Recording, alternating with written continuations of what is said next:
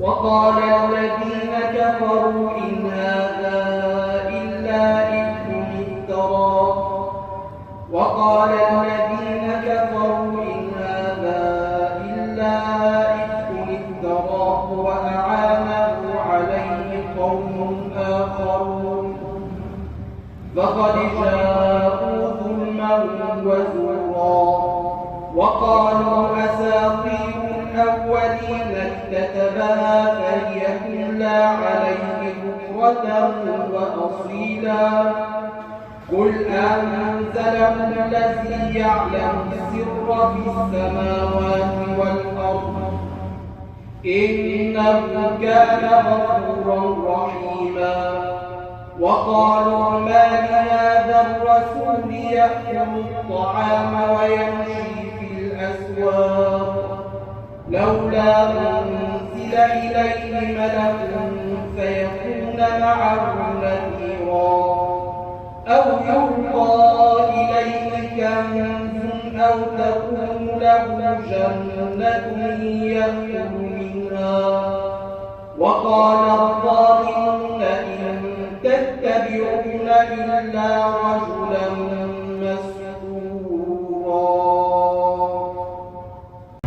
انظر كيف ضربوا لك الأمثال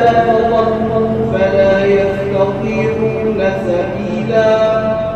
تبارك الذي إن شاء جعل لك خيرا من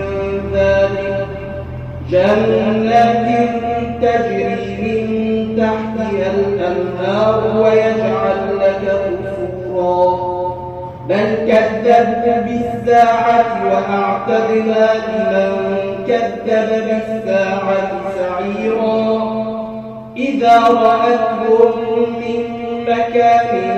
بعيد سمعوا لها تغيظا وزفيرا وإذا ألقوا منها مكانا